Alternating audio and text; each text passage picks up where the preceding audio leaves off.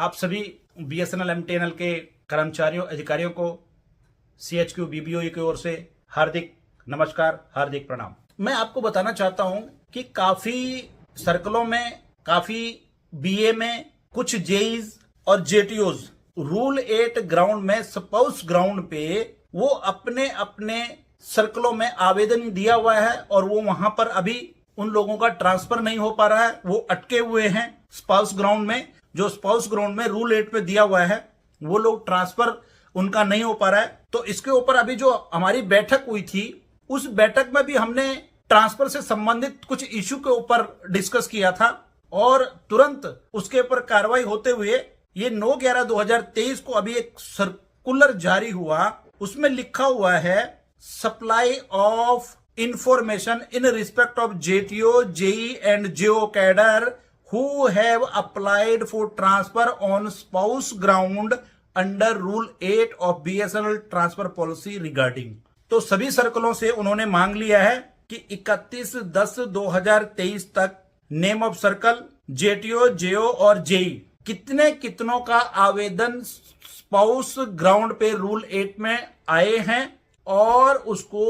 Report मांगी है BSNL headquarter ने। इस रिपोर्ट को जाने के बाद इसके ऊपर तुरंत कार्रवाई होगी और आप सब लोगों का, हमें उम्मीद है कि आप सब लोगों का स्पाउस ग्राउंड पर रूल 8 का स्थानांतरण, ट्रांसफर, पोस्टिंग हो जाएगी और आप लोग जिस जिस जगह पर आपने रूल 8 अप्लाई किया है वो आपका इंप्लीमेंट हो जाएगा और आप लोग सभी अपने अपने पार्टनर की जगह पर आपको ट्रांसफर कर दिया जाएगा। इसमें बीबीओ भी लगातार प्रयास करेगी, जितने भी जेटीओ जीओज वगैरह हैं इनके लिए प्रयास करेगी और हम ये चाहेंगे कि आप लोगों का रूल 8 पूरे हिंदुस्तान में जहां जहां पर आप लोग हैं। तो ये अभी 9/11/2023 को सभी चीफ जनरल मैनेजर सीजीएमटीज को पत्र लिखा है कॉर्पोरेट ऑफिस ने और जैसे ये रिपोर्ट आएगी उसके ऊपर तुरंत कार्रवाई होगी और आप लोग अपनी अपनी जगह पे ट्रांसफर पाएंगे। और मैं आप सब लोगों को ये कहना चाहता हूं कि जिस प्रकार से कोई भी किसी भी प्रकार से कोई परेशानी में है, कोई ट्रांसफर से संबंधित है, किसी का कोई इशू है, तो जब हम मैनेजमेंट के समक्ष रखेंगे, सार्वजनिक तौर पर रखेंगे,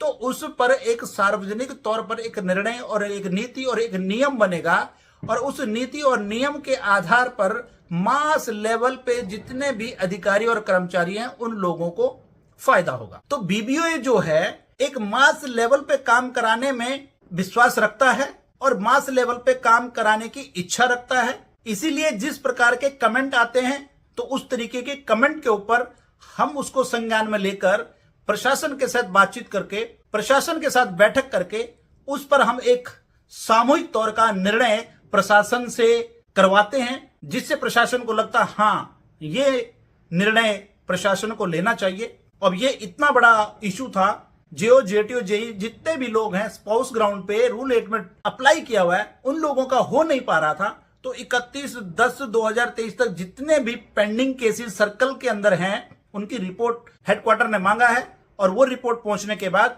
सभी लोगों को जिन जिन जगहों पर जाना है उन लोगों को भेज दिया जाएगा। और मैं आप सभी, ये 10 दिन के अंदर, विद इन 10 डेज रिपोर्ट मांगी है, 10 दिन के अंदर अंदर ये सबमिट कराना है। तो इसलिए मैं आप लोगों से आग्रह करूंगा कि आप सभी वीडियो को ज्यादा से ज्यादा लाइक, ज्यादा से ज्यादा शेयर, ज्यादा से ज्यादा सब्सक्राइब करें और ज्यादा से ज्यादा कमेंट करें, जिससे आप सभी